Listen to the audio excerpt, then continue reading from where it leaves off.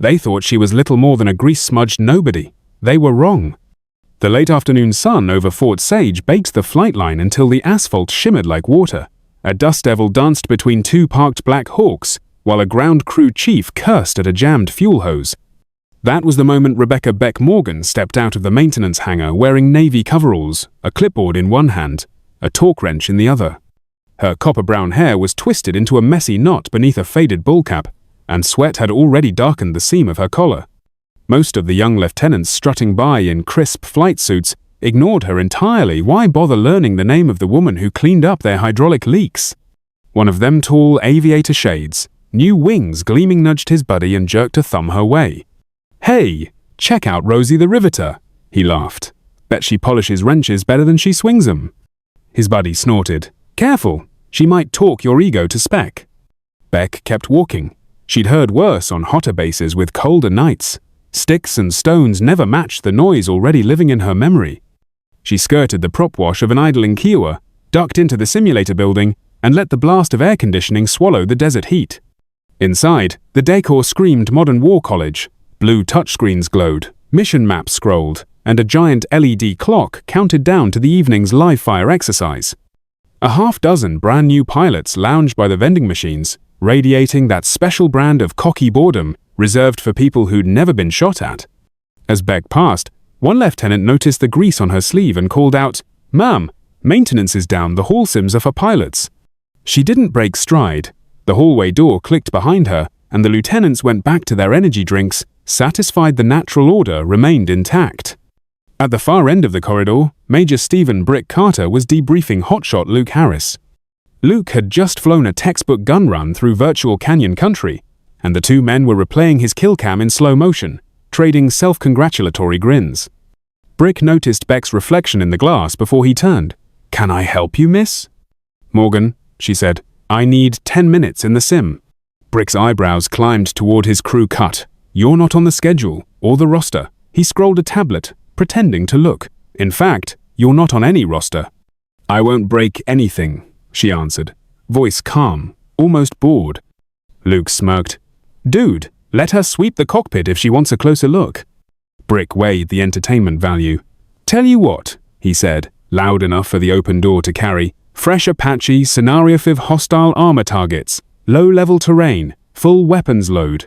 Finish in 2 minutes or less and I'll sign whatever gets you back to your toolbox. Crash early, we lock the sims to personnel with actual flight hours. Deal?"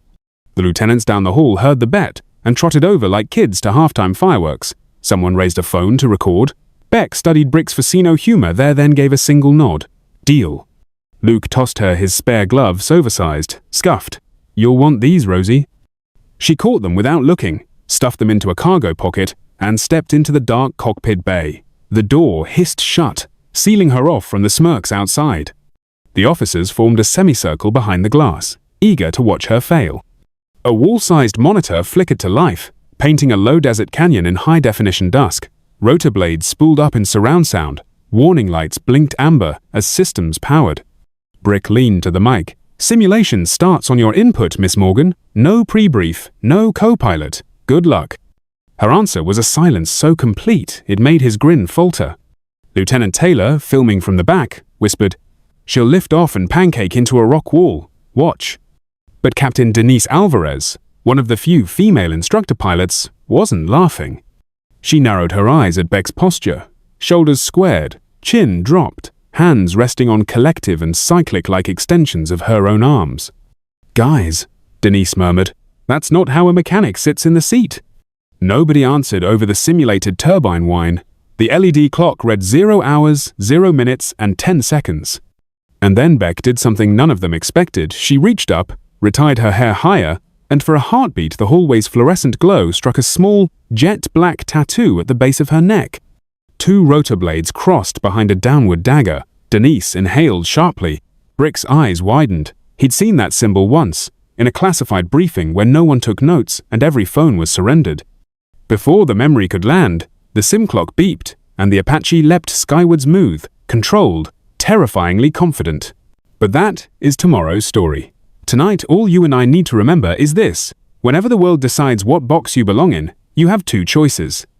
You can rattle the walls, Or you can wait until the moment is perfect and fly right out of the lid. Stick around, Beck Morgan just chose option 2, and the people who dismissed her are about to learn how high she can climb. The silence in the observation room thickened as the simulation came to life. The digital Apache responded to Beck's touch like it had been waiting years for her hands. The rotors cut clean through the rendered air, the nose tipped low into a tight canyon, and the terrain whipped by with hair-raising proximity. "Jesus," Brick muttered, leaning closer to the screen. "She's flying nap of the earth." Luke folded his arms. "Lucky guess. Anyone can nosedive." "Not like that," said Denise quietly. On the main monitor, 5 red blips blinked into life enemy armor units patrolling a ridge. Instead of going head-on, Beck dipped the chopper into a deep valley where radar couldn't follow. The entire sim suite fell quiet. She was using terrain masking. That wasn't a beginner's move. That was Tier 1 tactics, the kind you didn't learn unless you flew Black Ops without spotters, without backup, without the luxury of being wrong. At 80 knots, Beck ascended just enough to get a firing angle. The cannon barked once, clean and sharp. Direct hit. Then another. And another. Within 87 seconds, all 5 targets were gone. The screen faded to black. The room stayed silent. The simpod hissed open. Beck stepped out slowly. No swagger, no grin, just that same quiet stillness, like she hadn't just dismantled a mission that had stumped active duty pilots for months. Brick straightened. "Where did you train?" "I didn't." The lie was too clean to be believed. Luke, now visibly less confident, leaned in as she passed. "Who the hell are you?"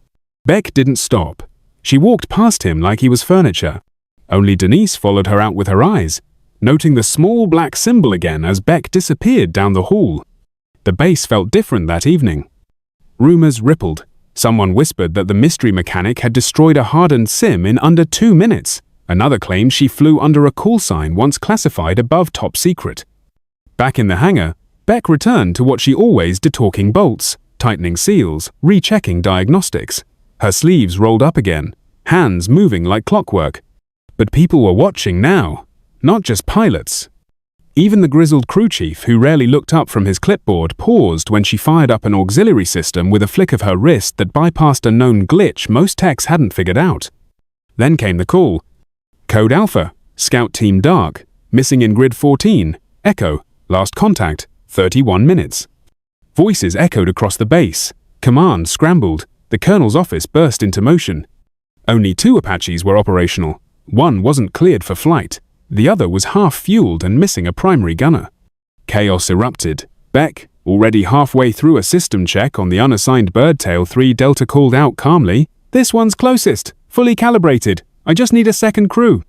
Colonel Maddox stormed in, eyes scanning the hangar. Who authorized her in the cockpit? Beck didn't flinch. "Birds ready. Checklist complete." "You're not cleared to fly." "I know," she said, adjusting her headset, "but no one else here knows how she breathes." The colonel was about to bark again until Staff Sergeant Boone, a logistics lifer who'd done more deployments than he'd ever listed, stopped mid-stride. He saw her adjusting her collar. His eyes narrowed. And then he saw the tattoo. 2 rotor blades crossed behind a dagger. Ghost knife. Boone's face drained of color. He turned without a word and ran for the colonel's office. 3 minutes later, Maddox reappeared, flanked by 2 officers. His tone was different. "You flew under Draper, didn't you?" he asked Beck quietly. "Taji, 2009. She didn't answer, but she didn't need to. He nodded slowly. "Get in the air. Your lead." The rest of the team co-pilots, medics, gunners, scrambled into gear. No one questioned her again. As the Apache spun up, dust spiraled under the fuselage like a ritual smoke. The turbines howled. Beck called out calmly, "Stagger formation. Radio silent unless engaged. Form on my 6." The command room fell dead quiet. Outside, the woman they'd once called a janitor lifted the skids off the tarmac and disappeared into the sky, with the ease of a ghost returning to her domain. She hadn't said much. She never did. But now every eye on that flight line followed her like believers watching a myth take shape. She didn't defend her name. She didn't need to. She was letting the machine and the silence speak for her. The sky over Sector 14 Echo looked calm, but Beck Morgan knew better. Beneath the smooth ripples of desert thermals and open radio silence, Danger pulsed like an unseen current. Her Apache sliced low over the shale ridges, sensors humming, the nose cannon twitching with anticipation. 30 minutes earlier, a scout Humvee had gone dark during a routine recon. Last known transmission? Distorted static, a single word, incoming. Now they were silent. No GPS ping, no infrared, no guarantees. Beck flew as if she had been to this place before. Maybe not this valley, not this mountain range, but the rhythm of a mission where lives hung in limbo. That was home. Behind her, the second bird struggled to maintain altitude. The younger pilot's voice broke through comms, nervous and shaky. Echo 1, this is Chase Tower getting rotor vibration at climb. Stay low, Beck replied, her voice flat and cold. Shadow the terrain. If they can't lock you, they can't hit you. The second bird corrected. Silence returned. Then she saw it faint smoke, a black coil rising from a ridge split. She descended hard. The Apache responded like muscle memory. Instruments glowed green, readouts steady. The nose cannon pivoted left, then locked on. There it was, the Humvee, nestled under a rock ledge, front end blown out, tires shredded, no movement, a kill box. Beck eased into hover, scanning. Thermals flared, heat signatures, 4 targets, moving light infantry armed. She keyed the private channel. Chase 2, orbit high right. Keep them off my LZ. Copy, Echo 1. The tone had changed. Less doubt, more reverence. The enemy moved fast, too fast for rookies. These weren't local insurgents. She recognized formation movement, flanking from 2 sides. She dropped altitude like a stone. Nose cannon roared. The first burst ripped through brush and shattered sandstone. A rifle flew into the air. Second burst 2 silhouettes scattered. The third crumbled behind a ridge. The crew chief behind her barked, "Contact northwest, technical vehicle." A pickup truck loaded with a mounted gun screeched into view, tires kicking sand as the gunner swiveled. Beck turned her wrists. The Apache twisted with her. One clean squeeze. Boom. The truck became smoke and wreckage. Then her voice again cool, surgical. "Team Havoc, radio check." A rasped reply crackled in. "Ghost Knife, 2 Kia, 1 walking wounded. We're down hard." That name, Ghost-nificent, ripples through the comnet. It was a call sign from a program that officially never existed. Beck pivoted the Apache and backed into hover just feet from the vehicle. The crew chief jumped down, sprinted into the dust cloud. 2 hostiles emerged on foot, trying to close from the rear. Beck spotted them through thermal optics, exhaled, then whispered, "Number." Short burst. One went down. Second one froze then, threw down his weapon and ran. Seconds later, the voice from her crew chief, "Package on board." Pop smoke. A grenade hissed. Purple mist bloomed.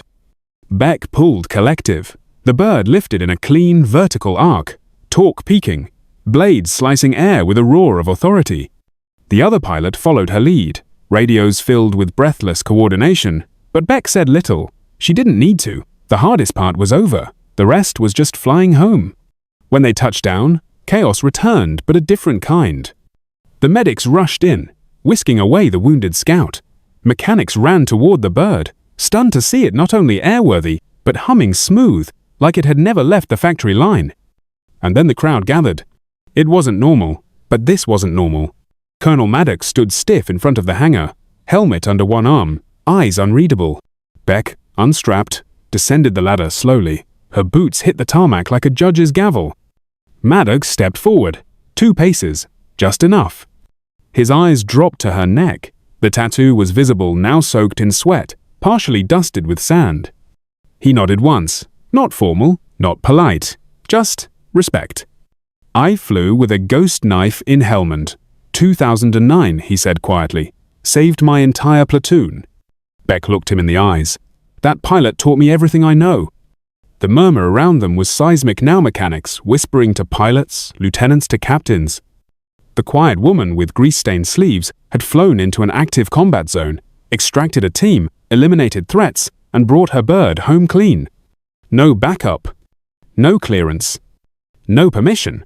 Only purpose. Maddox drew a breath and turned to the crowd. His voice rang out across the pad. "From this moment forward, Captain Rebecca Morgan is reinstated to full flight status.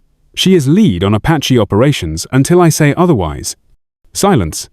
Then one technician clapped, another joined, then more, until even the stone-faced infantrymen near the tower were applauding not out of obligation, but awe.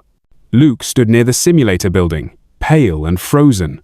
The phone in his pocket still had the SIM recording. He didn't dare look Beck in the eye. She didn't look at him either. She walked past, slow and steady, helmet under her arm, toward the hangar. No smile, no swagger, just clarity. The people who dismissed her would never forget what they'd seen, because she hadn't demanded recognition, she'd earned it. And the woman they mocked as maintenance had just flown like a legend no one thought still existed. The hangar door groaned shut behind her, sealing the noise of applause outside. Inside, everything felt still, just the soft echo of boots on concrete, the rhythmic hum of cooling engines, and the familiar scent of oil and dust.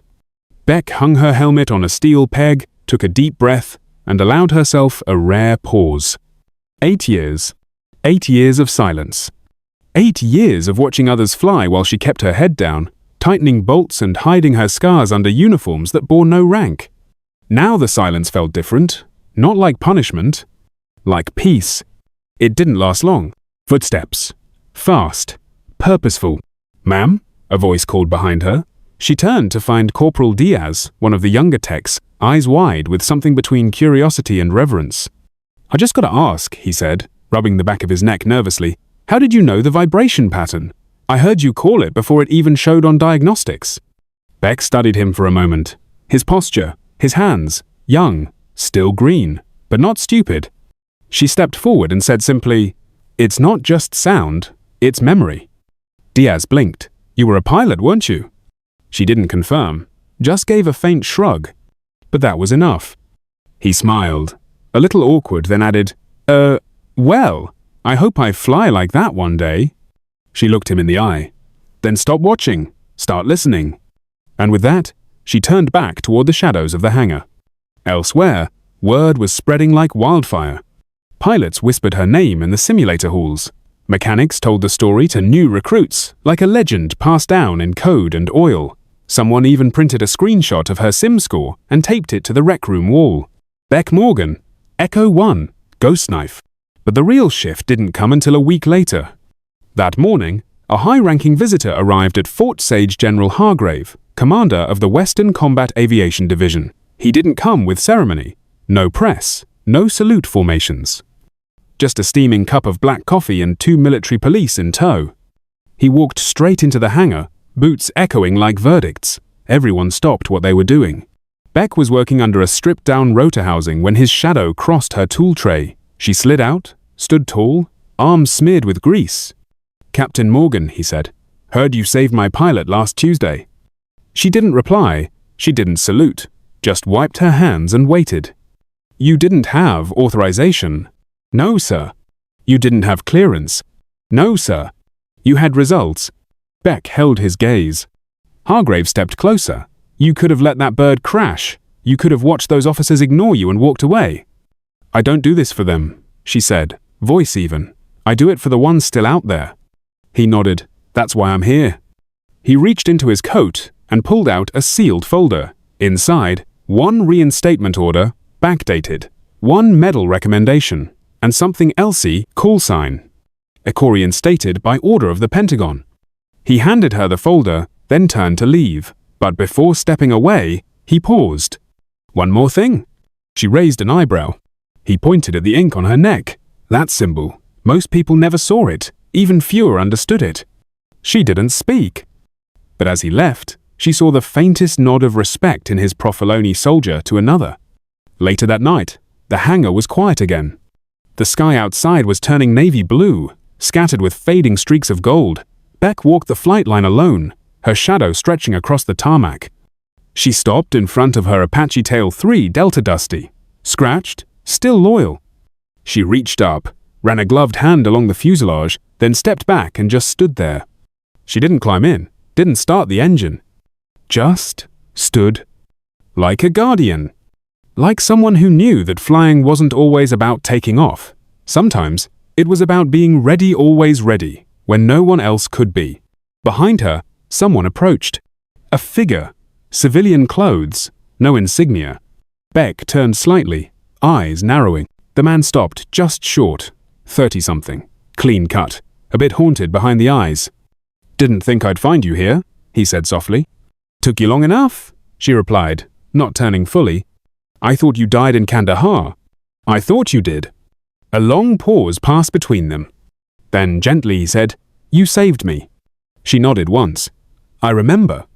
I work for them now, the ones who erased you. I made sure they don't forget again." She looked toward the airstrip, floodlights flickering on in the distance. "You still fly?" "Only when I have to." She finally looked at him. "Then you understand." He nodded. "Always did." Then he left, as quietly as he came. And Beck stayed alone, but no longer forgotten. Weeks passed. Promotions shifted. Rumors faded into legend. And yet, if you arrived at Fort Sage early in the morning, you might catch sight of a woman in grease-stained coveralls, walking the flight line like it was sacred ground. The tattoo on her neck was no longer hidden. She didn't wear it to intimidate. She didn't need to. She wore it because the time for hiding was over. And maybe that's the lesson here. Greatness doesn't need applause. It doesn't need recognition. It needs purpose. And when you find that purpose, even if they bury your name, you rise anyway. So the next time someone mocks the quiet one in the back, or laughs at the mechanic, or underestimates the person who just does their job, look again. They might just be the one who saves you when it matters most. Because skill doesn't fade. And legends never stay grounded for long.